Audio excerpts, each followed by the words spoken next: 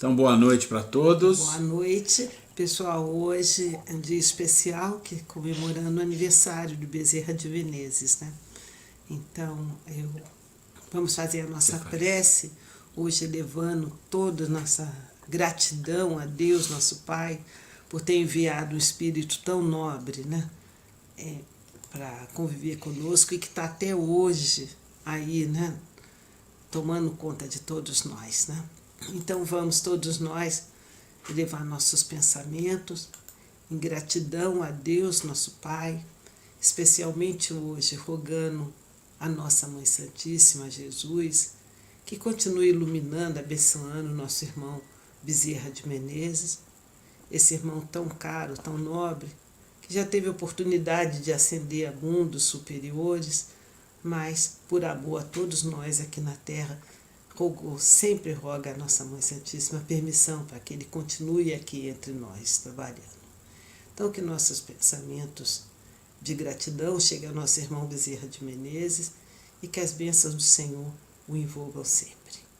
Agradecemos também, Senhor, por essa oportunidade de estarmos aqui e que possamos assimilar tudo que estudarmos e, consequentemente, colocarmos em prática na nossa vida, no dia a dia, para que possamos também ascender nessa vida de uma forma melhor. Obrigada, Senhor, e abençoe o nosso estudo. Que assim seja. Graças a Deus. Graças a Deus. Muito bom.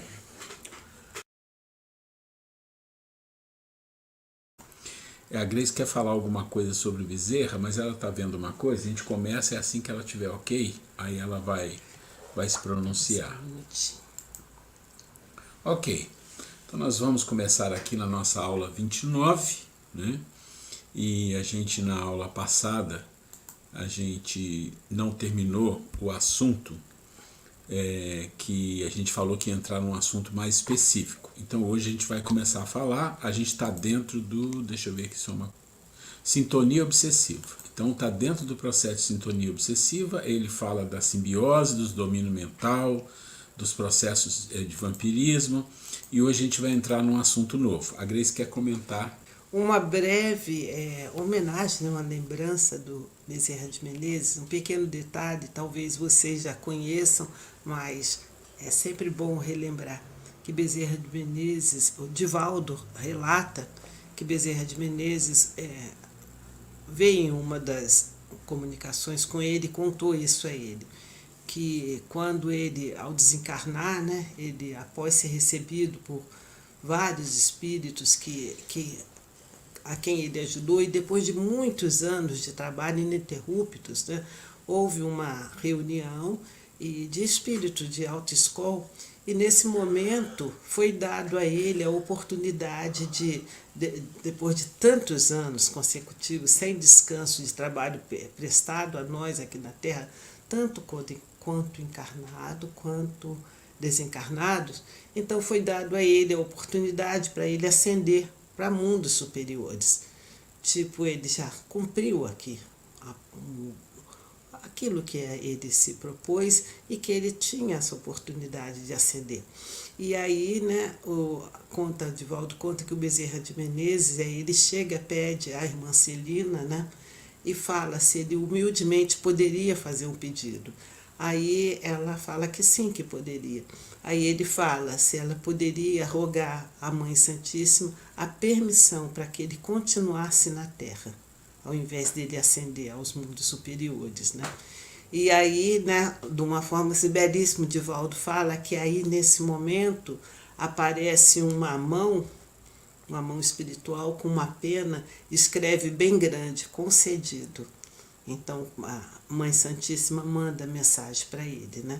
Então, gente, é muito bonito isso, essa humildade, esse amor enorme de Bezerra de Menezes, né? Ele diz que enquanto tiver, ele tem um amor tão profundo pelo Brasil, por todos nós aqui da nossa terra, que ele fala que enquanto tiver um irmão sofrendo, uma alma sofrendo, que ele não quer se afastar.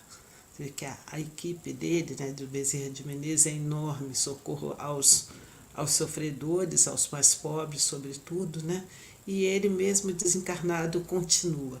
E o amor tão grande que ele teve a oportunidade já de ir para um mundo melhor, claro, continuar trabalhando lá, mas em condições melhores, e ele preferiu continuar aqui entre nós, né? Então, que Deus o abençoe, né? Que iluminado seja esse espírito, que todos nós sempre recorremos a ele quando estamos doentes, quando estamos sofridos, né? E sempre os assessores dele, os trabalhadores da equipe do Dr. Bezerra de Menezes sempre vêm em nosso consolo. Então, parabéns para o Dr. Bezerra de Menezes, né? Que ele receba nosso carinho, nosso abraço fraterno, aonde quer que ele esteja, e que a luz de Jesus continue a iluminar sempre a ele. É isso, gente. Vale sempre a pena relembrar desse amigo tão nobre, né?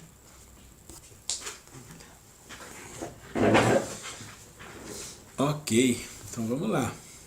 Então, na nossa aula 29, nós falamos que nós íamos começar a falar de infecções fluídicas. E nesse assunto, que é um assunto um pouco complexo, porque ele tem alguns termos técnicos, né, e a gente não vai entrar muito nisso, mas ele é um assunto extremamente importante. Porque se a gente olhar para a palavra infecção, esquecendo a questão espiritual aqui, infecção é quando você fala assim, infecção hospitalar, a pessoa morreu de infecção hospitalar, porque é uma coisa muito séria, né? Você tem vírus, bactéria, fungo, protozoários, várias coisas que podem causar infecção. E uma infecção generalizada leva à morte. E aqui, o André Luiz fala, eu vou fazer até um adendo do livro dele aqui, no livro Evolução em Dois Mundos, que é o 10º livro dele, quer dizer, não é um dos primeiros, é quase um dos... Não é o último, né, porque tem vários depois, mas é bem mais para o meio. Então ele tem capítulos, esse livro Evolução em Dois Mundos é muito importante para o médium, porque quase todo o livro, 90% a 80% do livro, fala de processos mediúnicos, de complicações, de vampirismo, de sintonia, de vibração. Ele é muito bom.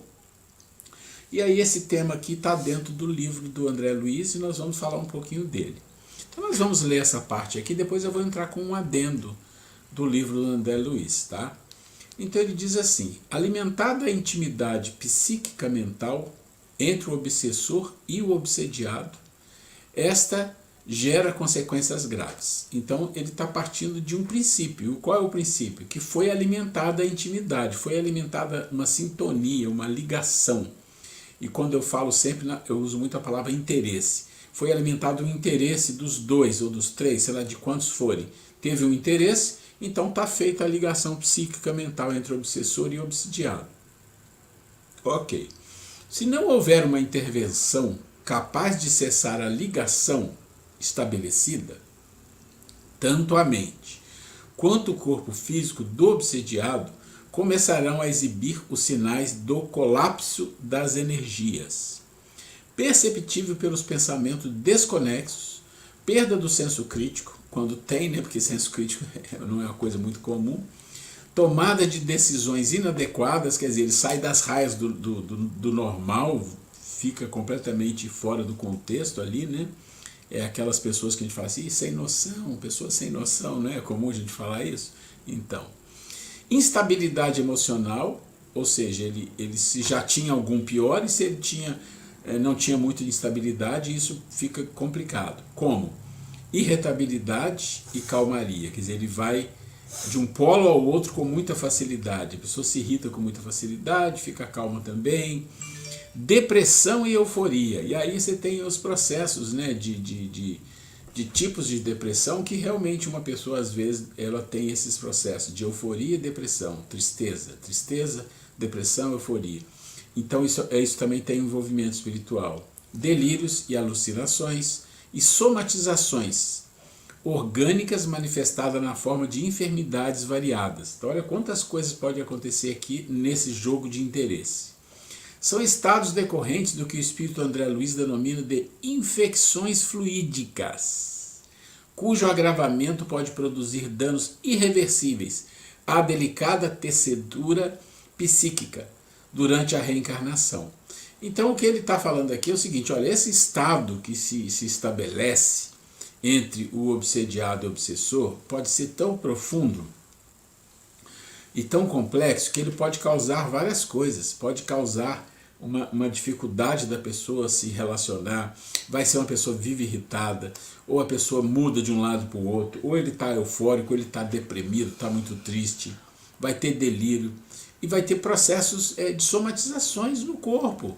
Ele vai ter processos de doença, de dificuldade, né, de levar uma vida normal, porque ele vai apresentar muitos sintomas doentios, mentais e até físicos mesmo, estabelecidos no seu organismo. Então, quando ele está falando de um conjunto de coisas dessa que está acontecendo, o André Luiz denomina isso de infecções fluídicas. Então, por isso a palavra infecção, ela tem que ser chamada a nossa atenção no sentido da gente pensar que é um processo de obsessão.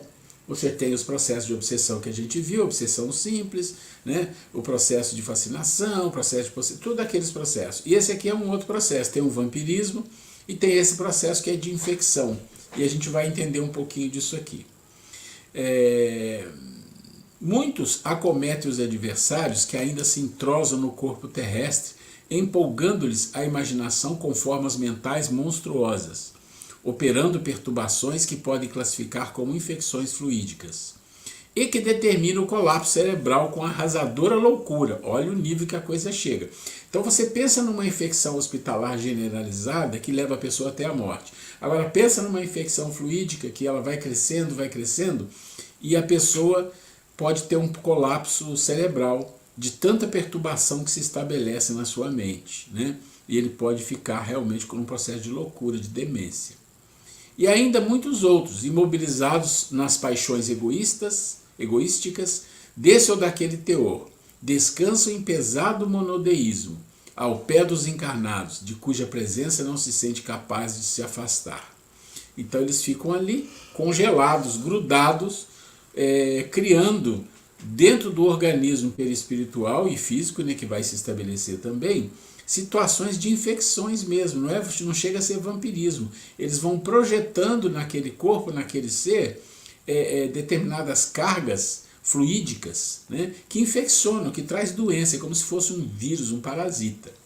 Eu acho que aqui vai falar, eu já falei, só para relembrar, existe um livro do André Luiz, que é Libertação, que muita gente lê porque é um livro muito famoso, e tem lá uma situação de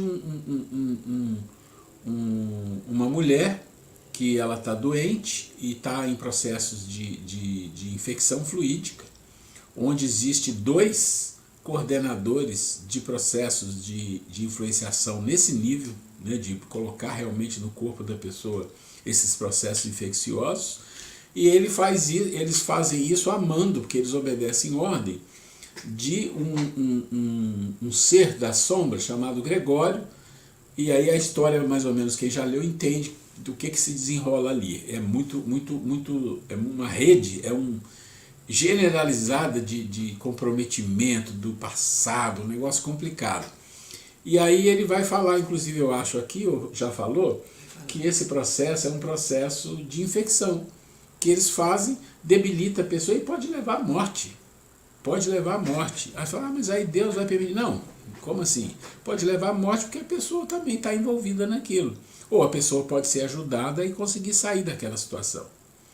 E ele fala, né, que esses seres, eles ficam ali, estacionados à ordem de alguém, pode ficar lá uma encarnação inteira, pode ir para o plano espiritual e continuar fazendo o processo. É um negócio assustador. Você quer comentar? Claro. Comentar.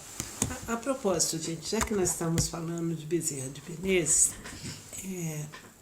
Bezerra de Menezes teve um filho, e o filho que tinha tipo uma psicopatia, uma doença mental, que o rapaz, ele passava o dia inteiro, ele dormia, e as noites inteiras ele gritava, uma perturbação enorme.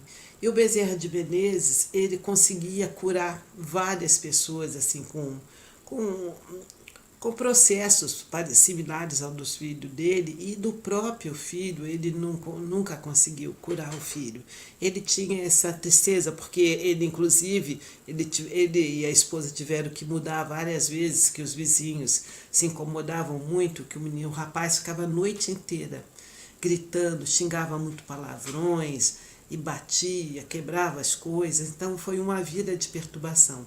Enfim, chegou numa reunião mediúnica, foi informado ao Bezerra de Menezes que aquele rapaz, ele sofria um processo de de infecção fluídica, de obsessão fortíssima, de já ser possessão, que era algo tão forte que o rapaz, para ele continuar vivo, ele dependia do fluido do obsessor.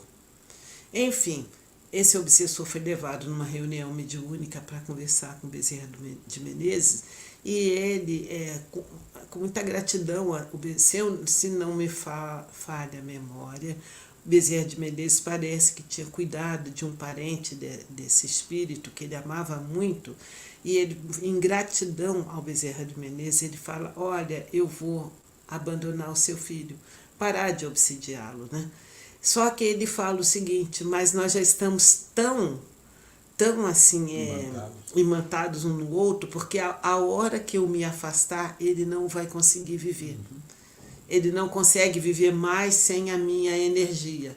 De tão tomado conta que ele tinha. O rapaz já estava, desde que nasceu, já estava adolescente, talvez aí com 17, 18, 19 anos, não sei.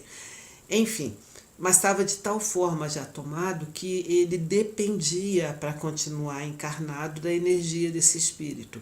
Mas ele fala que, em respeito ao Dr. Bezerra de Menezes, ele ia libertar o filho dele e fala: olha, você vai para casa, que você vai pelo menos uma vez ver seu filho lúcido.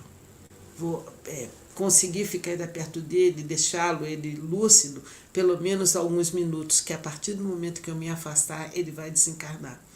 Aí Bezerra de Menezes, ele morava no Rio de Janeiro, num lugar muito longe para outro, que ele tinha que, acho que estava em Niterói, tinha que ir para a Barra da Tijuca. Enfim, ele sai da reunião ali, vai a todo vapor para casa, né? E chega na casa dele, ele escuta a mulher dele, quando a esposa dele vê ele chegar, a esposa fala com ele: venha ver o nosso filho, ele está curado, ele está sentado, conversando pela primeira vez na vida. O rapaz sentado lúcido, não tinha muitas lembranças do passado, que viveu a vida inteira nesse processo de possessão, né? Mas ele conversando ali com a mãe, né? E aí, quando o Bezerra de Menezes, ele conta que ele subiu a escada, quando ele chega no quarto, o menino sentado na cama, ele fala assim: meu pai, pelo menos uma vez eu posso te olhar com meus olhos. Aí olha para ele, abraça ele e desencarna. Que o espírito afastou, para ver que nível de provação para o Bezerra de Menezes, né, de acolher, e ele tinha um amor profundo por esse filho, com todos esses problemas e uma dor enorme de que ele curava tantas outras pessoas, nunca conseguiu curar o filho, e ver o filho. Quando ele viu o filho pela primeira vez, realmente viu o filho dele, foi questão de alguns segundos, talvez 1 minuto, 2, de lucidez do filho, e o filho desencarnou. Interessante, tudo a ver com o que nós estamos falando. Tudo né? a ver. História real, né? O que a Grace está falando, gente, é incrível. É bem parecido no livro de Libertação, porque além da infecção fluídica que o espírito ali foi incumbido de realizar e levando a mulher à morte, tinha o magnetismo deles ligado há muitos anos. E quando o André Luiz e o mentor chegam lá para tratar daquilo, eles percebem e falam: olha, nós temos um problema. Nós não podemos tirar esse daqui, o outro pode, mas esse a gente não pode tirar daqui. Nós vamos ter que convencê-lo a ele continuar trabalhando no magnetismo sem fazer infecção fluídica. É outra coisa. Aí fizeram um monte de trabalhos ajudando é um negócio intricado, é uma rede de situação complexa ali. E conseguiram que o obsessor ficasse ali não obsediando, mas aí trocando a energia até a mulher restabelecer. Eu não me lembro muito do final da história, mas eu acho que é interessante colocar isso, porque tem tudo a ver com o que a Grace... Ali, depois mando, pessoal. Exato. Então vamos lá, gente. Para a gente ver, né, que você vê, Bezerra de Menezes, todo o trabalho de uma vida de amor, caridade, doação, né? E mesmo assim, as provas que ele tinha que passar, passou, né? Um filho que tinha, segundo a história lá, era até meio psicopata, o rapaz não tinha nenhum momento de lucidez, desse jeito aí que eu falei, e você vê, filho do Bezerra de Menezes, né? Não teve privilégio, era um espírito que precisava passar por essa prova dura, né? E passou, né? Eu sempre penso assim, né? Com algumas exceções, grandes provas para grandes espíritos. Espíritos pequenos como nós, nossas provas são diferentes, né? Não dá para comparar. Bom, aqui nós vamos entrar no adendo, então, o adendo do livro Evolução em Dois Mundos, e esse adendo ele vai falar no item 13, aqui mesmo, ele vai falar de fluidos em geral, tá? Então é muito interessante a gente entender isso aqui. Ele diz assim: a consciência que aprendera a realizar complexas transubstanciações de força nas diversas linhas da natureza, em se adaptando aos continentes da esfera extrafísica, passa a manobrar com os fenômenos de meditação e reflexão de que o pensamento é a base fundamental. Definimos o fluido dessa ou daquela procedência como sendo um corpo, cujas moléculas cedem invariavelmente à mínima pressão, movendo-se entre si quando retidas por um agente de contenção, ou separando-se quando entregues a si mesmas. Temos assim os fluidos líquidos, elásticos, aeroformes e os outrora chamados fluidos imponderáveis, tido como agente dos fenômenos luminosos, caloríficos e outros mais. O que ele está dizendo para nós aqui, eu coloquei em negrito, é que a consciência que aprendera, quer dizer, a consciência que já aprendeu, é um nível mais evoluído, que consegue fazer transubstanciações, ou seja, transformações num outro nível maior das forças da natureza, ou seja, consegue trabalhar esses fluidos. Então você vai pensar que esses fluidos podem se apresentar em vários níveis, né, de densidade, de situação, e ele vai falar aqui os luminosos, os caloríficos, os imponderáveis, né, os líquidos, elásticos, no nível dele lá. E eles conseguem trabalhar isso e fazer coisas com isso. Então é isso que ele está fazendo nessa pequena introdução, falando dos fluidos em geral. Isso para ele colocar uma coisa que eu achei muito interessante. Aqui está no livro, o mesmo livro, Evolução em Dois Mundos. Olha, isso aqui é uma coisa muito linda. Então ele vai dizer assim, e o fluido vivo, né? Então o fluido em geral, e ele chama de fluido vivo. Por que ele chama de fluido vivo? Vamos entender. No plano espiritual, o homem desencarnado vai lidar mais diretamente com um fluido vivo e multiforme, estuante e inestancável, quer dizer, estuante de calorífico, aqui como ele diz aqui, ele tem um calor, né? Caloríficos, e inestancável quer dizer que não acaba nunca, é perene, é eterno esse fluido, ele não tem fim, né? A nascer-lhe da própria alma, gente, então é um fluido que nasce da própria alma, né? De vez que podemos defini-lo até certo ponto por subproduto do fluido cósmico, que a gente aprendeu, né? Fluido cósmico universal é o princípio material no nível, né, mais primitivo. Absorvido pela mente humana, então absorve o fluido cósmico e transubstancia esse fluido cósmico em algo maior, diferente, algo que tem vida, é por isso chamado fluido vivo, né? Absorvido pela mente humana em processo vitalista semelhante à respiração, pelo qual a criatura assimila a força emanante do Criador, olha isso, esparsa em todo o cosmo, transubstanciando-a sobre a própria responsabilidade para influenciar na criação a partir de si mesma. Gente, eu sei que as palavras às vezes dão uma confusão, mas vamos pensar nisso que eu acabei de falar aqui e entender o que está acontecendo. Né? Entender o que está acontecendo. Então você vê, o homem desencarnado, aí depende do nível, né? Então ele vai lidar com um fluido vivo. Existe vida naquele fluido ali que ele vai fazer coisas acontecer. E ele fala, esse fluido é um fluido que tem um calor, é estuante, né? Calor pode ser muito quente, mas não importa. Inestancável, ou seja, ele não acaba nunca. E nasce da própria alma. Então esse fluido vivo sai do próprio homem através de um outro fluido que ele absorve, que é o fluido cósmico. O que está acontecendo aqui que ele está fazendo a comparação, que é a coisa mais linda? Ele está dizendo o seguinte, assim como Deus criou, o homem também vai criar. Né? Vai influenciar na criação. Então o homem vai criar, vai influenciar na criação a partir de si mesmo. Nós podemos falar alguns exemplos de criações no mundo espiritual. As colônias, cidades, locais, tudo isso é uma criação mental num processo bem próximo do que está aqui. Porque necessariamente aquelas cidades, tudo aquilo que lá existe, aquilo não foi criado naturalmente, aquilo existe um processo humano. Assim como o homem cria aqui a cidade, imagina que você chegou no planeta Terra e as primeiras encarnações, o que tinha aqui? Só a natureza.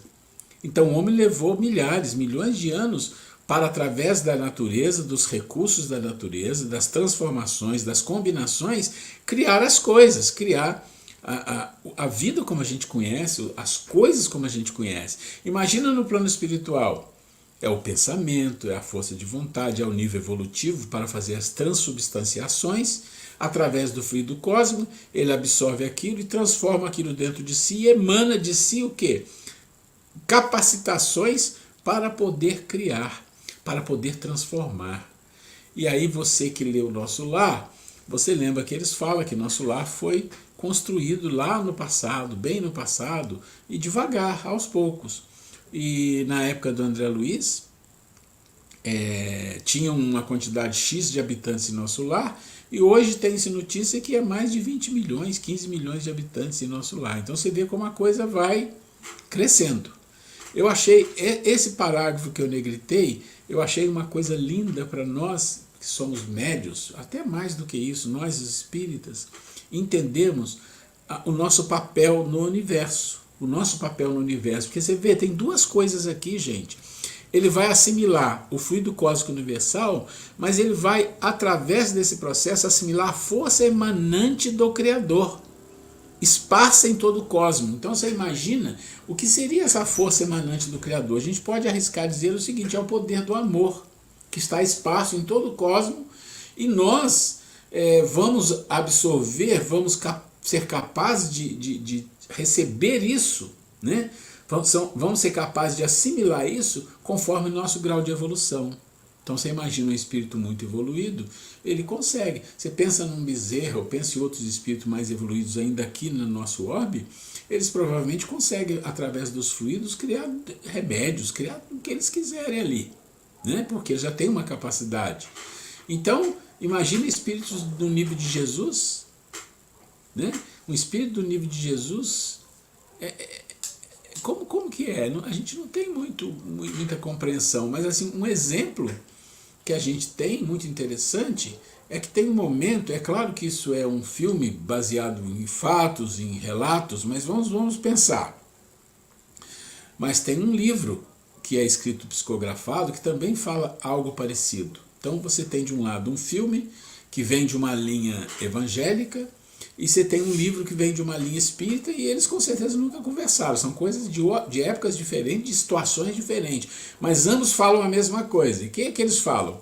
Então os discípulos foram ordenados por Jesus para que eles fossem curar, que eles tinham que fazer isso. Foram de 2 a 2 para vários lugares. Mas eles falaram, mas não temos poder, não temos isso. Ele falou, não, vá que eu estou autorizando, vocês já estão autorizados.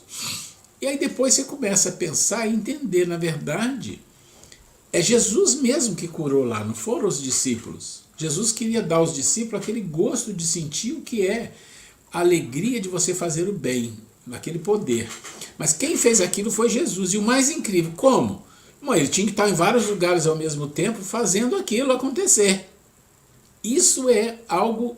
Pensa nisso que está escrito e pensa nessa situação de um nível de Jesus. E no livro Espírita fala isso de uma forma diferente quando ele diz, né, que ele pode estar em todos os lugares, realizando coisas, falando em lugares ao mesmo tempo, com consciência.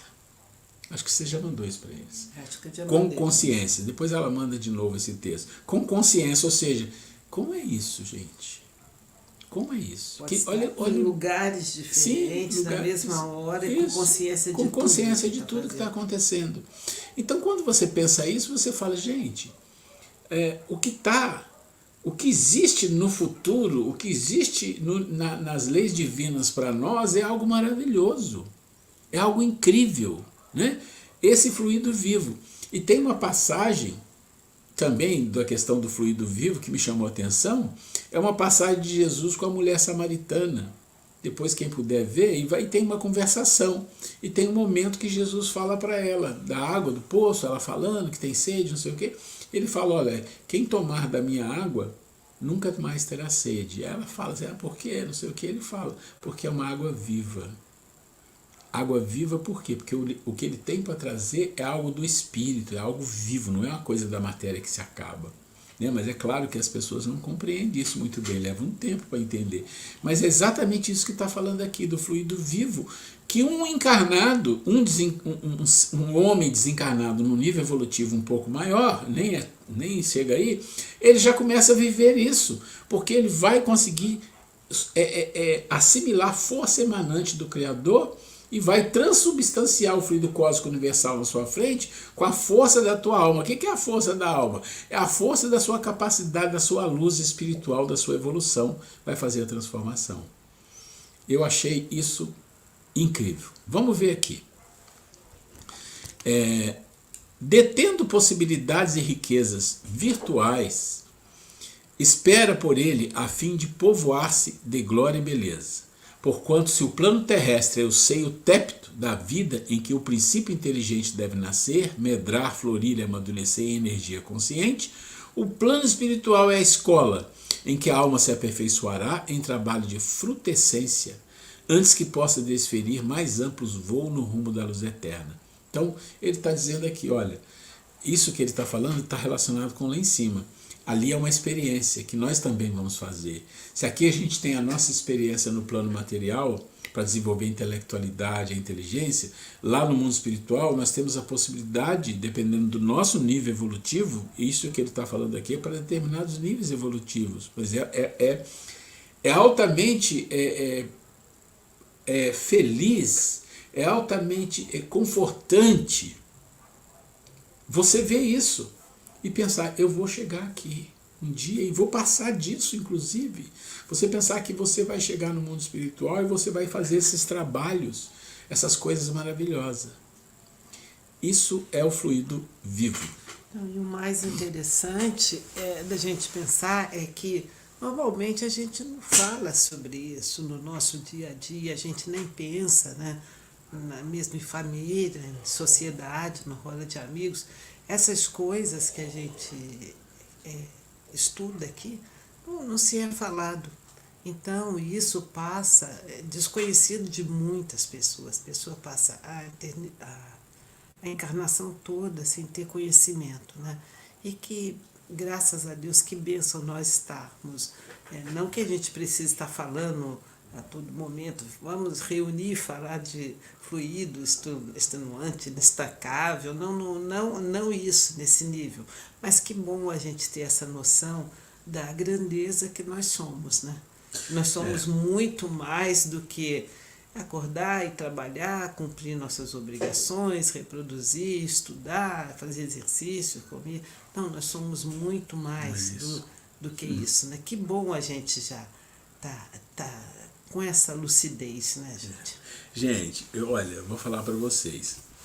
Quando eu li isso aqui, eu falei, não, eu tenho que fazer um adendo, porque eu acho que essa página, principalmente essa parte aqui de cima e essa parte em negrito, principalmente ela, mas toda ela é tão pequena, vale a pena ler e reler com calma, olhar bem as palavras, porque cada um vai tirar uma essência daqui de dentro, mas eu tenho certeza que todo mundo que lê isso aqui com os olhos de espiritualidade vai ficar tão feliz. A gente passa a ter um olhar diferente para a vida, exato, né? É uma alegria de pensar. Independente de como a vida seja. O que está reservado para nós, eu não estou dizendo na vida espiritual daqui a pouco, não, bicho, o tempo aqui é longo, mas o que está reservado é uma coisa maravilhosa.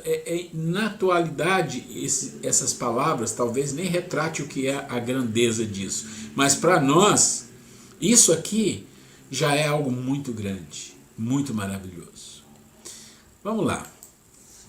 E aí, aqui são a questão das infecções, né, fluídicas que nós falamos, e nós já lemos aqui atrás, né, aqui, ó, opa, deixa eu ver aqui,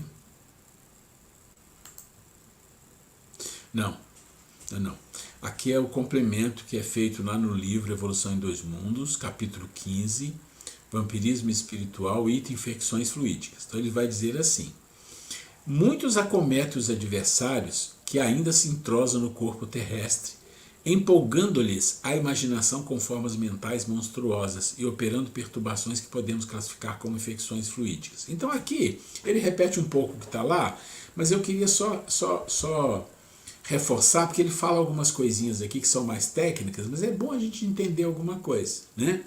Então ele vai dizendo o seguinte: eles determinam mesmo um colapso cerebral com arrasadora loucura. Então ele vai colocar isso de uma forma um pouco diferente. Outros, imobilizados nas paixões egoísticas, desse ou daquele teor, descansam em pesado monodeísmo, ao pés dos encarnados. Alguns, a exemplo dos ectoparasitas temporários, procedem à semelhança dos mosquitos e dos ácaros, absorvendo as emanações vitais dos encarnados, que com eles se harmonizam aqui e ali. Você vê que ele vai situando a situação da infecção e vai colocando coisas que nós conhecemos na vida, ácaros, mosquitos, né? Coisas que vão assim contaminando, né? Aí você tem os fungos, você tem os vírus, você tem as bactérias, coisas que podem matar, coisas tão pequenas, mas que podem... Desculpa, caiu o mouse aqui, mas não quebrou não, ainda bem. Mas que podem matar. E aí ele diz assim, ó... mas outros muitos, mais endoparasitas conscientes, após se inteirarem dos pontos vulneráveis de suas vítimas, segregam sobre elas determinados produtos filiados ao quimismo do espiritismo. Então aqui, ó... Lembra do caso do rapaz que eu falei, da moça lá do livro?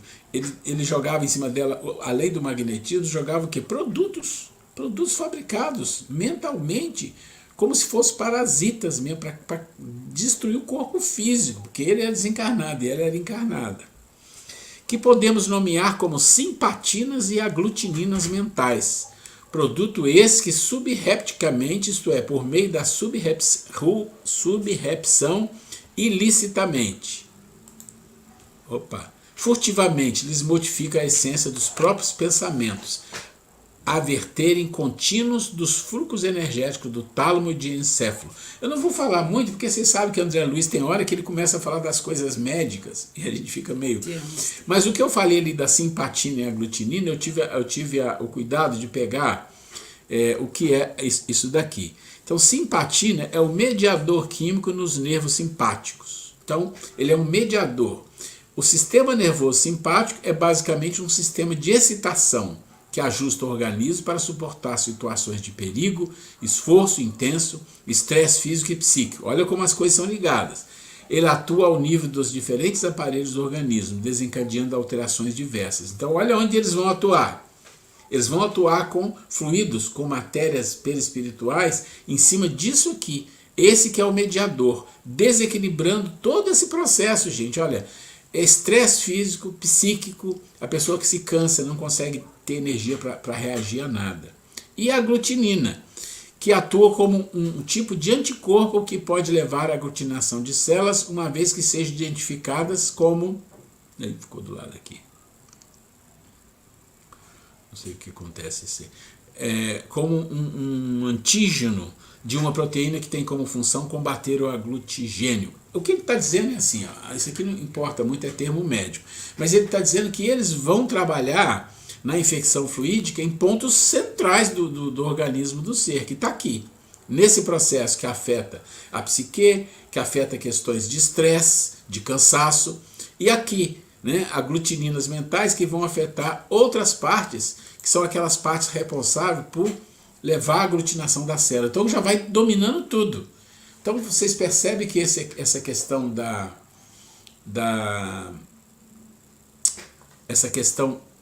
infecção que eles falam é uma infecção mesmo, que espíritos trabalham, estudam isso no plano espiritual para fazer isso com as pessoas. É um processo de obsessão muito grave que leva à morte. E quem puder ler no livro Libertação esse capítulo, eu acho que são 2 capítulos, nem sei, depois eu posso passar para vocês se quiserem. Você pode, se você não tem um livro, eu quase certeza que se você entrar no Google e dizer capítulo tal do livro Libertação, você vai encontrar pelo menos o capítulo lá, né, ou 2 capítulos. Mas o que está querendo mostrar para nós aqui não é nem as palavras, as coisas, não é isso. É mostrar a gravidade, que eles têm técnica, eles estudam para fazer esses processos de infecção. Vamos lá. Espíritos com alta carga de negatividade prostam-se junto a encarnados invigilantes, intoxicando-lhes o perispírito com as emanações deletérias que carregam e que, ao serem assimiladas, geram o mesmo estado de desequilíbrio. Então, foi lá, descarregou em cima, né? Assim como o corpo físico pode ingerir alimentos venenosos que lhe intoxicam os tecidos, também o organismo perispiritual pode absorver elementos de degradação que lhe corroem os centros de força, com reflexo sobre as células materiais. Aí vocês vão lembrar do passe e do centro de forças, e como é importante um tratamento paliativo, é paliativo, mas é importante o tratamento. Eu já tive a oportunidade de trabalhar num centro, há muitos anos atrás, lá no Rio de Janeiro, e tinha trabalhos mediúnicos muito interessantes, e tinha lá o Joseph Kleber, Centro Espírita Joseph Kleber. E lá tinha um médium muito bom que atendia as pessoas, que ele olhava para a gente e falava assim, olha, seu perispírito aqui do frontal não tá bom não. O esplênico tá parado, tá precisando fazer. Ele já diagnosticava e te mostrava algumas situações e já te recomendava, você precisa fazer isso, fazer aquilo, passar por um processo de obsessão, passar por tratamento espiritual, passar tanta terapia de passe. Então, quando a gente olha aqui, eles vão atacar o centro de força, porque o centro de força vai tirando energia, a relação do perispírito com o corpo físico vai sendo minada, né? Se a mente da criatura encarnada ainda não atingiu a disciplina das emoções, se alimenta de paixões que a desarmonizam com a realidade, pode a qualquer momento intoxicar-se com as emissões mentais daqueles com quem convive e que se encontrem no mesmo estado de desequilíbrio. É o interesse. Às vezes, semelhante absorção constitui simples fenômenos sem maior importância. Todavia, em muitos casos são suscetíveis de ocasionar perigosos desastres orgânicos. Isto acontece normalmente quando os interessados não têm vida de oração, cuja influência benéfica pode anular inúmeros males. Gente, olha isso. Olha isso aqui. Olha o que ele está falando. Não tem vício de oração. Não tem o vício do culto no lar. Não tem o costume de oração. Não tem o costume de fazer as preces à noite, durante o dia. Por quê? Porque ele diz assim, que a influência benéfica da oração, que atrai protetores e atrai fluidos, pode anular inúmeros males. Se você tem que passar por uma dificuldade, você vai, mas vai ser mais suave. Então, se a pessoa nem tem isso, não está nem aí, ela não tem nenhum escudo, ela não tem nenhuma arma espiritual que vá defendê-la de uma situação tão drástica dessa questão da infecção.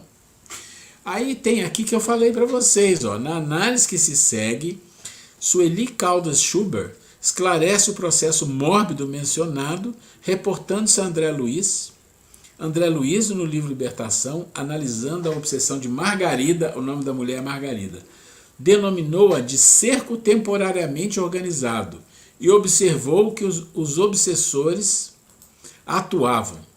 Na análise que se segue, Sueli Caldas esclarece o processo mórbido. Desculpa. observou o obsessor de forma que copiei um pedaço aqui, cruel e meticulosa. Ao lado dela ficavam permanentemente espíritos hipnotizadores. Entre as técnicas utilizadas por eles, ressaltamos o que poderia chamar de vibrações maléficas. Aí não podemos falar das infecções, tá? É que lá no livro, outro nome. Isto é, energia desequilibrantes e perturbadoras que eram aplicadas pelos algozes com a finalidade de prostrá-la. É exatamente a questão que a gente está falando. Eles ficam ali descarregando energia. Como você dá a energia do passe para a pessoa se restabelecer, eles dão energia para fazer com que ela fique prostrada, acabada, não consegue reagir, né? Fica ali. Completamente vencida. Além da constrição mental, o perseguidor se utiliza também do envolvimento fluídico, o que torna o paciente combalido, com as suas forças debilitadas. Gente, você consegue imaginar essa cena? Em todas as frentes sendo atacadas, a pessoa desmonta, né? Chegando até o estado de prostração total. Dessa forma, ele não tem condições de lutar por si mesmo, ou seja, ele não vai sair dali se não tiver ajuda, não tem jeito. Cerceado mentalmente e enfraquecido fisicamente, após consolidar o cerco, o obsessor passa a controlar sua vítima por telepatia. Aí entra mais uma coisa aqui. Favorecida agora pela sintonia mental que se estabeleceu entre ambos. Pronto, como diz o outro, né? Assim, está tudo dominado.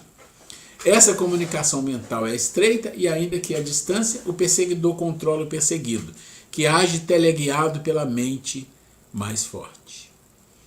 As infecções fluídicas, fruto das intoxicações perispirituais, são a base para a somatização da obsessão. Quer dizer, pega a obsessão e aquilo se transforma numa doença física, mental, que derruba a pessoa e pode levar à morte. O perispírito, ao assimilar as energias deletérias, fluídicas e mentais, do obsessor ou de outras entidades vinculadas ao processo, repassa as vibrações negativas ao corpo físico, que na forma de somatizações revela-se enfermo. Bom,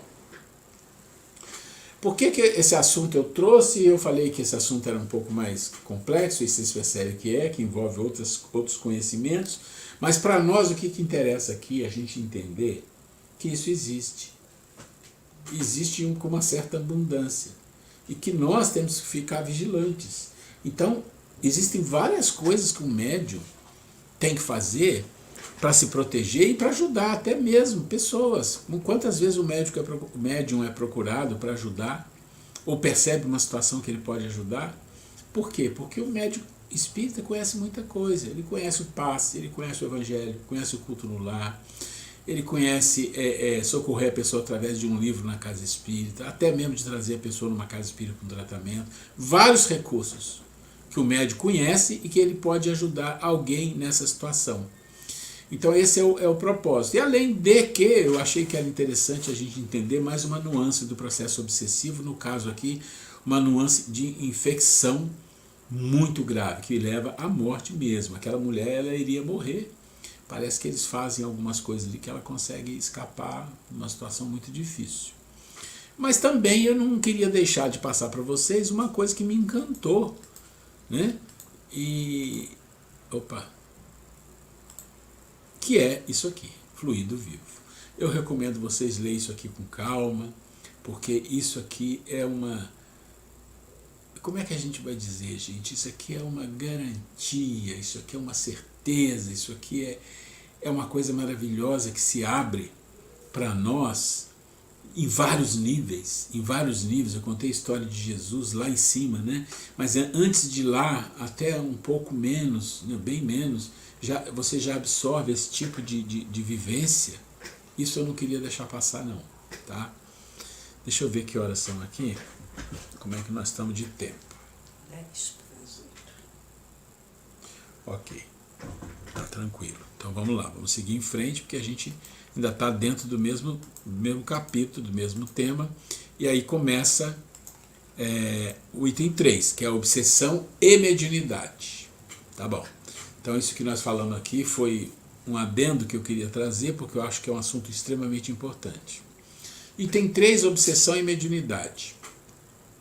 O médio ostensivo, né, ou de efeitos patentes, né, então tem dois nomes, a gente fala o médio que tem mediunidade ostensiva, quando no exercício de sua faculdade encontra na obsessão um dos maiores obstáculos ao seu progresso espiritual e à prática mediúnica. Então ele está afirmando que esse é o grande escolho, é o grande problema da mediunidade.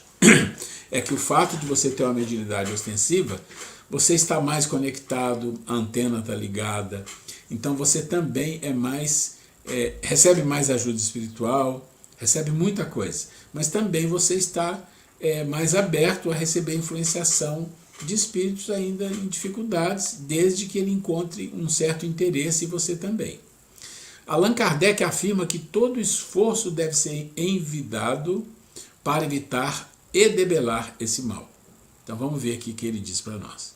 A obsessão, como dissemos, é um dos maiores escolhos da mediunidade. Então escolhe o maior problema, a maior dificuldade da mediunidade. E também um dos mais frequentes. Então, além de ser um maior problema, ele é um dos mais frequentes. Então isso vai ocorrer, já ocorreu, ou a gente tem que ficar esperto, né? Por isso mesmo, nunca serão demais os esforços que se empreguem para combatê-la, visto que, além dos inconvenientes pessoais que acarreta, é um obstáculo absoluto à excelência e à veracidade das comunicações. Então, tá claro, é absoluto. Está dizendo assim, se a pessoa tiver com essa dificuldade aqui, esquece as comunicações sérias, esquece, não tem. Você precisa primeiro tratar, a pessoa precisa de ajuda, né? Visto que além dos inconvenientes, veracidade, sendo a obsessão, seja qual for o grau em que se apresente, em qualquer grau, resultado de um constrangimento e não podendo este ser exercido jamais por um espírito bom, conclui-se que toda comunicação dada por um médium obsediado é de origem suspeita e não merece nenhuma confiança. Se por vezes se encontra nela alguma coisa boa, que se retenha o que for bom e se rejeite tudo que pareça simplesmente duvidoso. Então vamos lá. Experiências. É muito importante as experiências. E tenho certeza que muita gente tem experiências, porque a experiência, a vivência, ela é como se fosse um colorido no que a gente está falando e ela desenha para as pessoas uma cena. Então a gente já teve, eu e minha esposa, várias experiências nessa situação, onde inclusive a gente percebeu dentro de reuniões mediúnicas que tinha pessoas com muita dificuldade que deveriam estar sendo tratadas e estavam na reunião. E o final da história é que continuou, e a pessoa que liderava não tomou nenhuma providência, chegou num ponto de criar uma cisão dentro da reunião mediúnica, uma confusão, uma reunião sem sentido, uma coisa sem cabeça nenhuma, e que teve que quebrar a reunião. E não foi uma coisa agradável, isso foi uma coisa muito ruim, muito desagradável. Por quê? Porque não se tomou uma providência de perceber uma situação que estava ocorrendo, e isso tem que ser uma coisa natural. O médium tem que entender isso de forma natural. Ele tem que entender que ele está sendo ajudado. Olha, você é médium, mas você está assim, comportando assim. Isso tem processo de obsessão envolvido. E, gente, quando falar assim para o médium, olha, tem um processo de obsessão, o médium não tem que ficar assustado, não. E nem tem que ficar preocupado ou magoado. Ele tem que entender o que está escrito aqui. Né? Aqui, ó, né, que é uma coisa comum, é um principal escolho. É um inconveniente pessoais que é um principal escolho e é um dos que mais ocorre. Ele diz isso aqui, né? Eu perdi aqui. Então, se é isso que mais ocorre, por que a gente acha que a gente vai ficar livre? Porque a gente é melhor? A gente é superior? Não, a gente não é melhor nem superior. A gente é espírito em geral de um nível só, propensos à obsessão e propensos a ter esse tipo de coisa. E se somos médios de psicofonia ou o que for, propensão muito grande. Então a gente tem que ficar sempre, como ele fala ali, né? Tem que estar sempre empregando aqui, ó, nunca serão demais os esforços que se empregue para combatê-la. Ficar muito esperto e, além do mais, aceitar a opinião das pessoas. E as pessoas têm que dar opiniões caridosas e que tenha discutido com alguém que seja experiente para ver, olha, está acontecendo isso, e aí, o que a gente faz? Ou seja, uma casa espírita, ela tem que ter um processo de liderança que faça as coisas com caridade, com amor, e que tem que ter critérios para fazer. Porque dentro de uma reunião mediúnica, precisa-se ter um cuidado extra porque ali ocorrem coisas muito sensíveis, muito importantes. Então as pessoas que estão na reunião mediúnica têm que tratar as coisas com seriedade e sem tomar partido de que eu gosto da fulana. Não foi nada não. Não pode ser assim. Isso não pode existir. Tem que ser ali pessoas envolvidas com um propósito só. Então, esse aqui é um recado que eu coloquei todo em negrito, por quê? Que para o médium isso aqui tem que ficar registrado, gente. Tem que ler e reler, tem que ficar registrado. Mas tem que ter humildade de aceitar. O problema da humildade é que a gente não tem ainda. Então, assim, a gente pode até dizer, não, a gente tem que ser humilde. Nós não somos humildes, gente. Virtude é uma coisa que ainda está um pouco longe da nossa condição. Né? Não estou dizendo todos, mas a maioria. Então, assim, quem vive nesse planeta, se não é missionário, não é humilde. Agora, se é missionário, aí pode ser humilde. Mas se não é humilde. A gente vai levando a vida no aprendizado, na luta, nos tombos e vai tentando, e um dia a gente vai conquistar as virtudes. Mas enquanto isso, fiquem com o negrito do Kardec aqui. Atenção, atenção. E vocês veem, gente, olha, vamos pensar a dificuldade que a gente tem. Se a gente não desenvolver humildade, a gente tem que ter certeza disso, que a gente não desenvolveu, e também a gente não desenvolveu a paciência, a tolerância, né, com raras exceções, então a gente não tem isso. Então quando alguém fala alguma coisa, olha fulano, você está com um problema, assim, a gente tem orgulho, porque a gente tem orgulho ainda, egoísmo. Então são muitos jogando contra. Você entende que na nossa mente tem muitos jogadores fazendo gol contra a gente? Direto e reto, nós mesmos, fazendo gol direto e reto contra a gente, é muito jogo contra. E se a gente não fizer um esforço imenso, sabe, ceder aqui, ceder ali, vamos com calma, vamos ver, a gente não vai engatar a marcha necessária para seguir em direção a esse processo, né, de não se deixar levar por um processo de obsessão e atrapalhar a nossa vida. Muito bem. O codificador, agora vamos lá, o codificador enumera no item 243 de O Livro dos Médiuns, depois se vocês quiserem ler é importante, 9 características pelas quais se pode reconhecer a obsessão que acomete o médium, as quais merecem ser lidas com atenção. Essas características podem ser resumidas assim. Então olha só, são 9 características importantes, né, que ele resume. Aqui a gente pegou, acho que a gente não pegou as 9. Não, ele pegou 1, 2, 3, 4, 5, 6, 7. Deixa eu ver se tem mais 2 aqui. Nós não pegamos todas, não. Não pegamos, mas não tem problema. Então vamos lá. Primeiro, persistência de um espírito em se comunicar. Então, o que significa isso? Um espírito insiste em se comunicar. Eu quero falar, eu quero ir, ele vem de novo, ele vem de novo. Por que o espírito faria isso? Um espírito bom não tem essa condição de forçar ele falar ou ele dar uma comunicação. Mesmo que seja uma coisa importante, se a pessoa não vai ouvir naquele momento, tá bom, vai ouvir em outro momento. A coisa funciona de outro jeito com o espírito de um certo nível maior. Então, se o espírito está insistindo muito em comunicar, acende um sinal amarelo. Acende o sinal amarelo. Ilusão do médium em relação à qualidade da comunicação que recebe. Comum demais. O médium achar que é o protetor que falou, então ele está falando uma coisa certa, é o mentor, não sei o quê. Então, o médium ele não tem que fazer juízo de valor ali daquilo, porque, na verdade, uma comunicação tem que ser analisada. O correto é que uma comunicação seja analisada por mais de uma pessoa. Então, você tem dentro de uma casa espírita grupos de pessoas com mais experiência, com mais vivência, que devem fazer isso. E claro, com o médium ou com o orientador da reunião mediúnica, para que comece a mostrar, ó, aqui tá, cuidado que você está sendo enredado, né? Isso a gente já sabe para onde leva. Crença na infabilidade dos espíritos que por eles se comunicam. Agora que eu entendi porque que aqui era outro item, tá vendo? Eu esqueci de pular isso aqui. Mas não vai dar para fazer, mas tudo bem. Então, isso aqui, eu vou dizer para vocês que isso ocorre com todo mundo. Infabilidade. Quem já ouviu falar da infabilidade papal? Né? Uma coisa que até recente ainda tinha isso. Mas o meio espírita tem muito isso. A gente endeusa. A gente endeusa as pessoas. Né? Endeusa as pessoas e fala fulano ou ciclano. Por quê?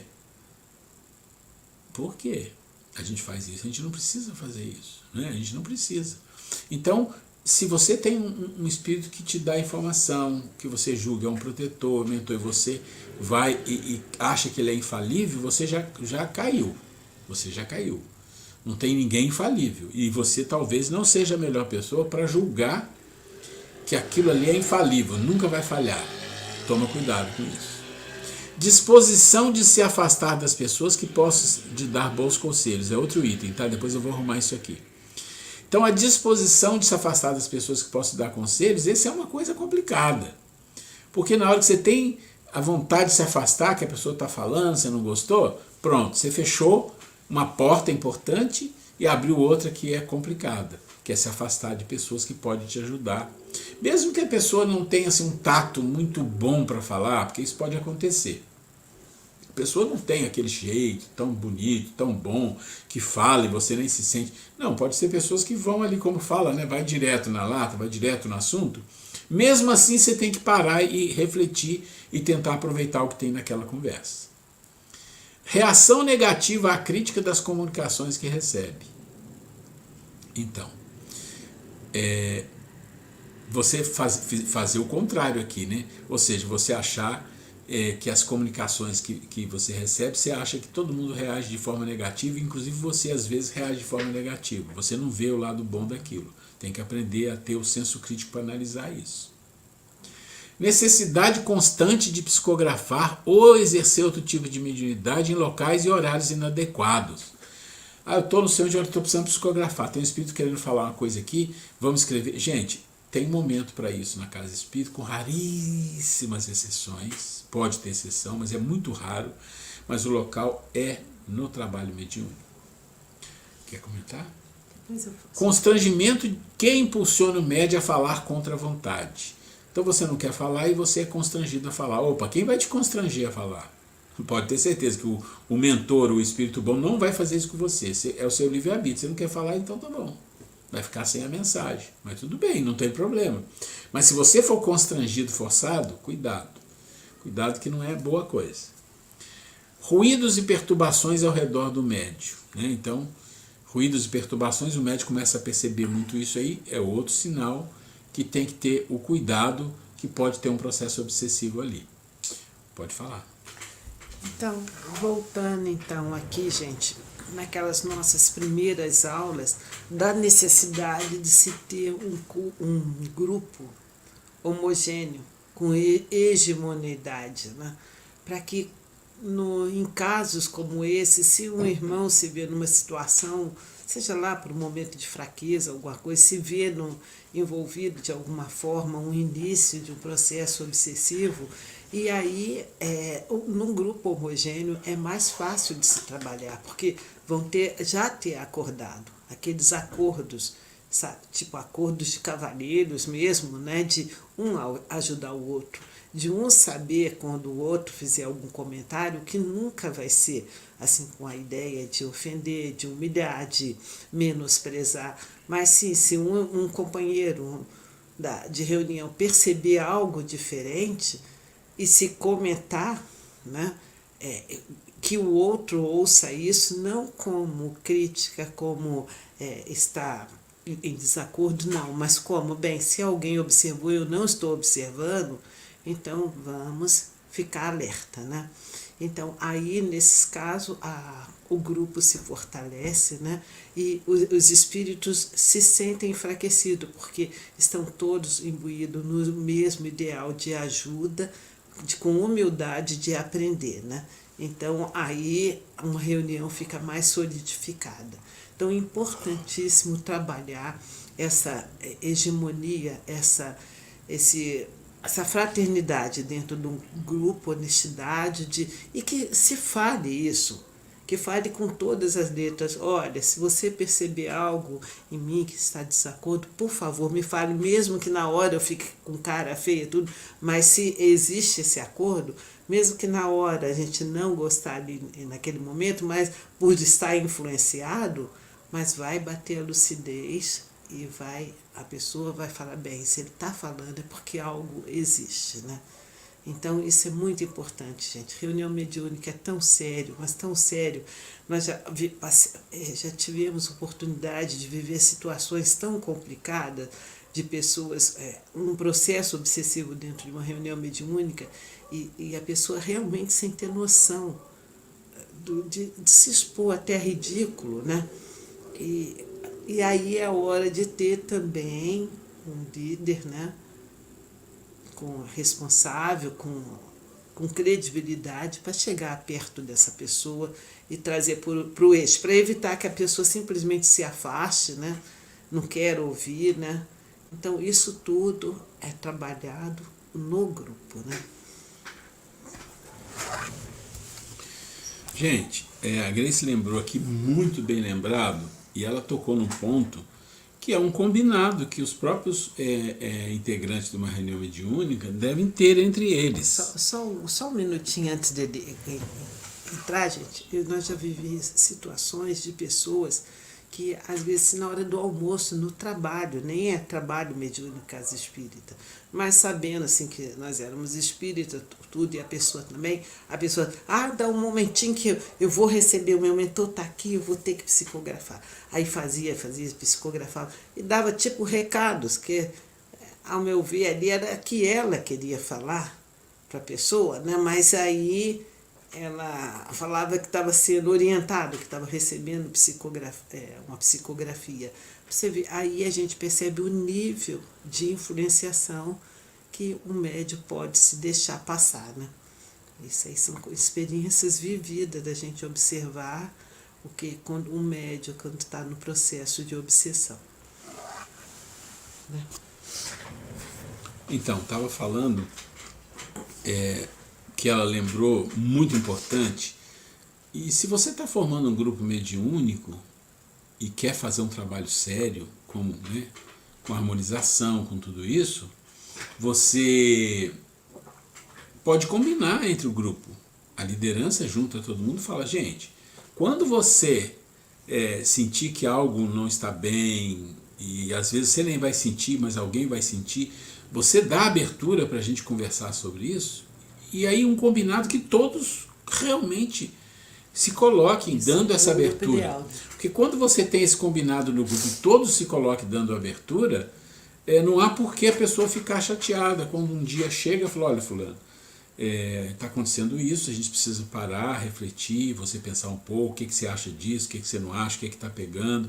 Porque se você não tem esse tipo de relação, quando acontecer o problema, pode ser muito sério, porque ele pode vir desencadear um monte de outras situações, de divergências, de mágoas, né, de vaidade, 1000 coisas podem ocorrer, às vezes por falta de uma abertura, de uma conversa franca e simples, sem ninguém atacar ninguém, simplesmente colocando, não, precisamos resolver essa questão. Então isso é uma coisa que é como se fosse assim, um contrapeso para essas situações que estão descritas aqui. Vamos lá.